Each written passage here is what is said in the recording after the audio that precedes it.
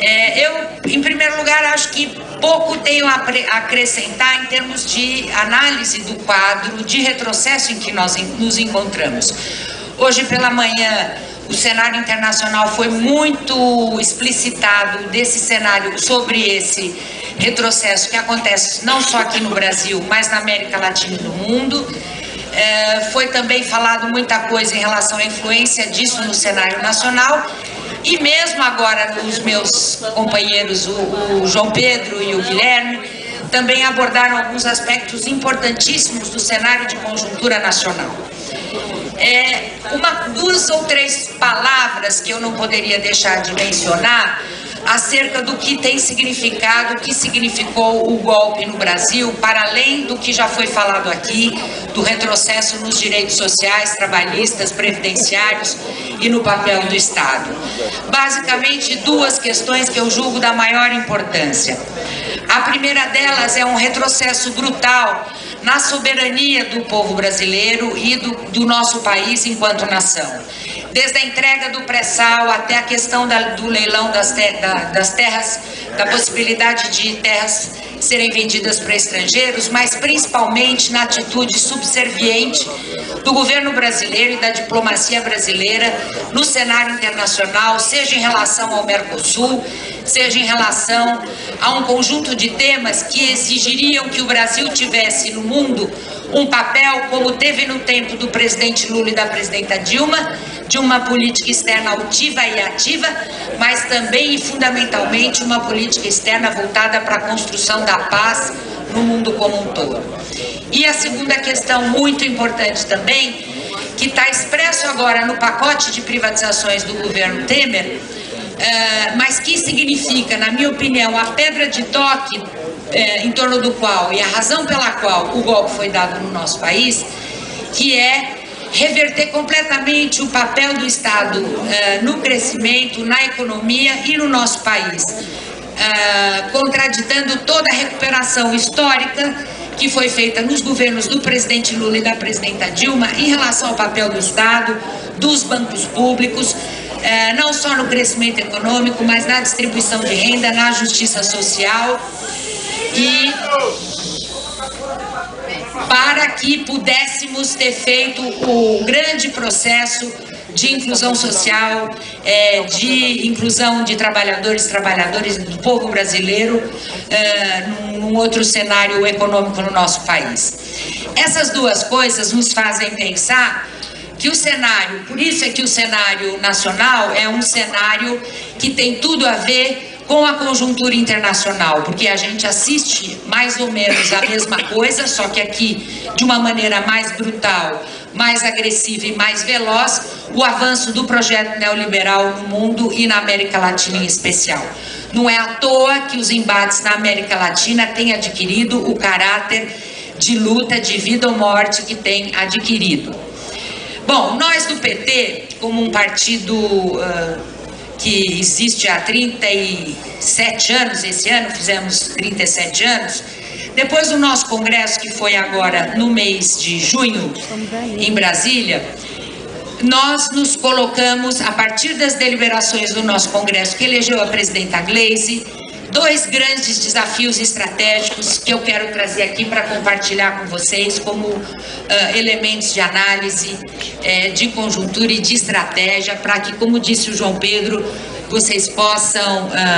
fazer a devida síntese como organização da classe trabalhadora que é a CUT. O primeiro desafio estratégico é derrotar o golpe. Derrotar o golpe e todas as suas manifestações. A reforma trabalhista, a reforma da Previdência, a EC 95, o pacote da privatização.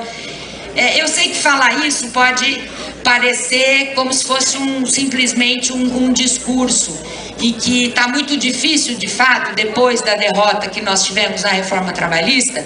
poder pensar que ainda é possível e necessário, ainda é necessário, todos sabemos, mas ainda é possível derrotar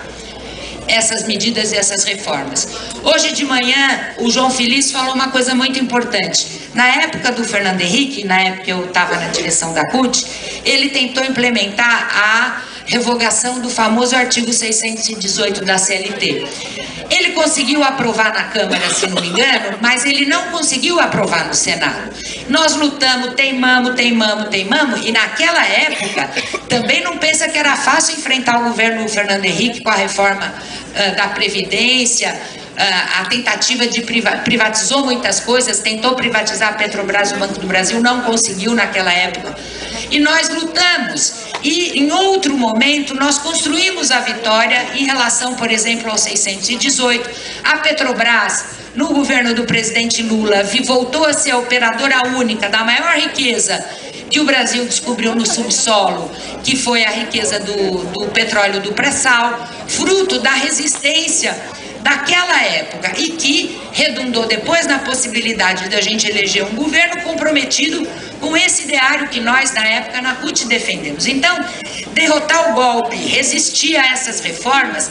eu sei que é muito difícil, mas eu quero dizer aqui para vocês que é uma coisa que a gente às vezes pode desanimar e achar que isso, nós vamos agora no dia 11 de novembro, que se não me engano é quando começa a valer a reforma trabalhista, que nós vamos ser derrotados e nunca mais nós vamos conseguir reverter isso. Não é assim que as coisas funcionam. A luta, a resistência, seja nas ruas, seja nas redes, seja nos espaços institucionais, para derrotar o golpe, sempre acumula experiência política de mobilização e organização para a classe trabalhadora.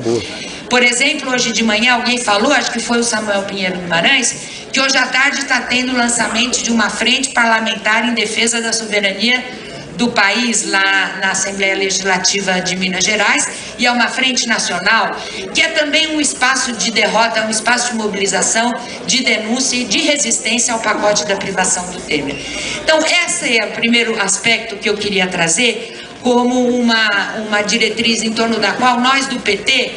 nossos militantes, nossos parlamentares, nossos governos locais, nossos militantes em cada um dos 3.500 municípios em que o PT está organizado, vamos estar fazendo. E queria dizer isso para mostrar que às vezes a luta parece inglória, mas ela tem fruto, tem saldo positivo, tem saldo de mobilização e saldo organizativo que a gente guarda para o futuro e assim consegue construir vitórias mais substantivas e vitórias mais consistentes. E o segundo desafio estratégico, eu fiquei muito feliz quando o João Pedro falou que economizou bastante do que eu ia falar, mas o segundo desafio estratégico que nós petistas nos colocamos é defender o Lula, garantir a sua candidatura e criar as condições para eleger ele presidente. Nós acreditamos que esse desafio estratégico deve concentrar a nossa tática para a derrota definitiva do golpe. Por quê?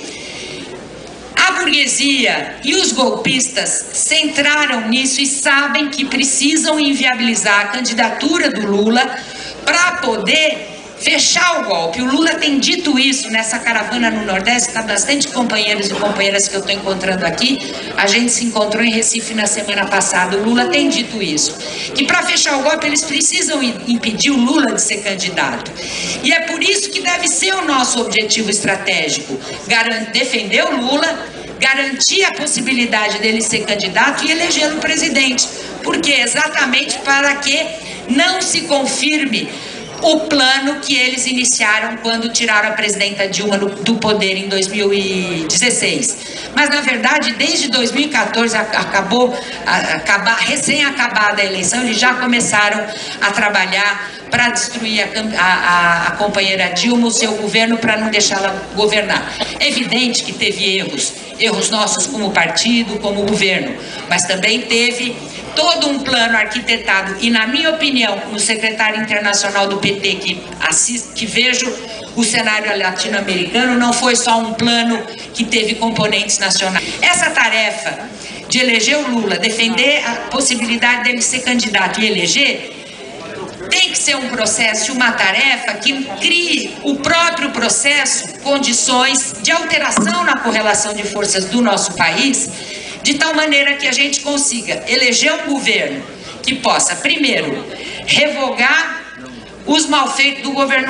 governo golpista. Nós temos que, desde já, falar isso, ao lado da luta de resistência contra as reformas neoliberais do governo golpista. Segundo, um governo que tenha capacidade e que tenha correlação de forças para fazer as mudanças estruturais que nós não fizemos, seja por não ter correlação de forças, seja porque não ter clareza na época que podíamos. Reforma da comunicação, tributária, reforma do Estado, tão bem colocada pelo professor Luiz Moreira, quando ele descreve setores do Judiciário, da Polícia Federal e do Ministério Público, que são setores, vamos dizer, intelectuais orgânicos da burguesia dentro do aparelho do Estado para conduzir o golpe. Terceira coisa, vamos ter que criar as condições para que seja um governo que retome o crescimento com distribuição de renda, com justiça social, soberania nacional, porque o cenário vai ser um cenário muito pior do que o cenário herdado pelo Lula em 2003 e que recoloque o Brasil e a América Latina como protagonistas, de novo, como estavam começando a ser depois do terceiro, quarto governo, dos dois governos do Lula e do governo da presidenta Dilma. Seja na América Latina com o CELAC, o NASUL, o Mercosul, seja no mundo com os BRICS e o Banco dos BRICS, cuja importância estratégica foi hoje descrita muito brilhantemente pelo embaixador Samuel Pinheiro Guimarães. Agora, como fazer tudo isso? Bom, primeiro tem que continuar a mobilizar. Como eu falei, não tem jeito, temos que mobilizar,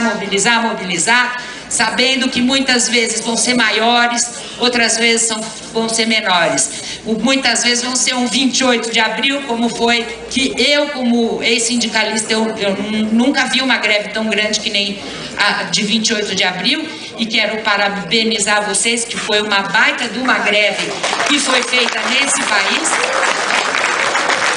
Seja, por outro lado, também organizando e dialogando com as juventudes, dialogando com os novos trabalhadores que se organizam de maneira diferente nos locais de trabalho, e seja fazendo uma coisa que o Guilherme começou a tocar, que é construindo avidamente a unidade das forças progressistas, das frentes, dos partidos de esquerda, da Frente Brasil Popular, a Frente Povo Sem Medo, MTST, MST, Movimento Sindical, CUT, partidos políticos. E a construção desse programa,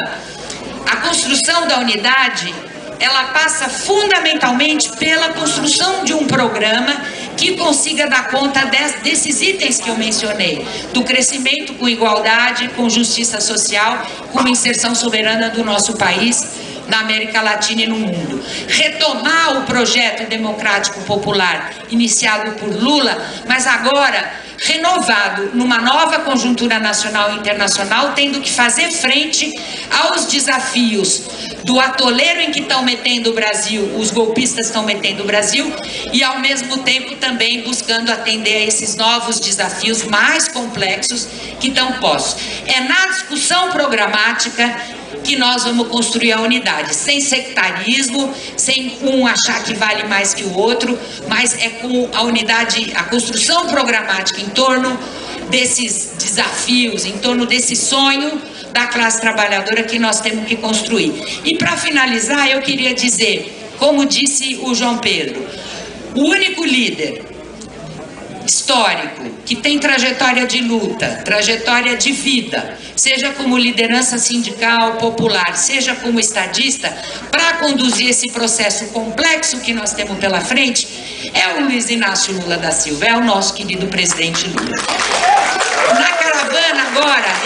sábado cheguei da caravana, é impressionante a capacidade que ele tem, não só de mobilizar, como disse o João Pedro, de mobilizar as massas. Eu estou terminando, Janesley. Não só de mobilizar as grandes massas, que muitas de nossas organizações não conseguimos, mas também de traduzir o sonho, a esperança, primeiro fazer a crítica do golpe, e segundo, traduzir o sonho e a esperança de que é possível mudar o Brasil e recuperar a trajetória que nós vínhamos construindo aos trancos e barrancos, mas que a classe trabalhadora e o povo brasileiro vinha construindo em sua defesa, em sua autonomia, rumo à sua libertação. O discurso que ele fez, o Carlos Veras está aqui, presidente da CUT em Pernambuco, acho que ele se lembra do discurso que ele fez na praça, lá no Pátio do Carmo, se não me engano, na Praça do Carmo, num ato da Frente Brasil Popular, num ato monumental. Expressa exatamente não só essa capacidade de mobilizar as pessoas contra o golpe, denunciando o caráter classista, o caráter misógino, o caráter excludente do golpe, mas também de conseguir recuperar a esperança de que outro Brasil é possível e recuperar a crença na democracia e na política, porque fora da democracia e da política restam as guerras, e nós que somos de esquerda não defendemos a guerra, defendemos a paz. Por isso, companheiras e companheiras, eu quero fazer um chamado. A caravana do Lula está agora no Nordeste, provavelmente ainda esse ano vai haver mais 2 caravanas, ou em Minas Gerais ou em São Paulo, ainda está um processo de organização, e queria convidar todo mundo a participar e dizer que no dia 13 de setembro, lá em Curitiba, organizando junto com o pessoal da CUT Paraná, da Frente Brasil Popular do Paraná, nós vamos estar lá mais uma vez defendendo o nosso querido companheiro presidente Lula. E mais uma coisa, ainda nesse dia 13 de setembro também tem um segundo julgamento do habeas corpus do nosso querido companheiro João Vacari, ex-tesoureiro do PT, inocentemente preso e condenado, e também um julgamento de um outro processo do José Dirceu. Por isso, gente, dia 13 de setembro é um dia importantíssimo, né, companheira da CUT Paraná, para a gente estar lá organizando e mobilizando todo mundo. Um abraço, muito obrigada e desculpe o tempo que eu excedi.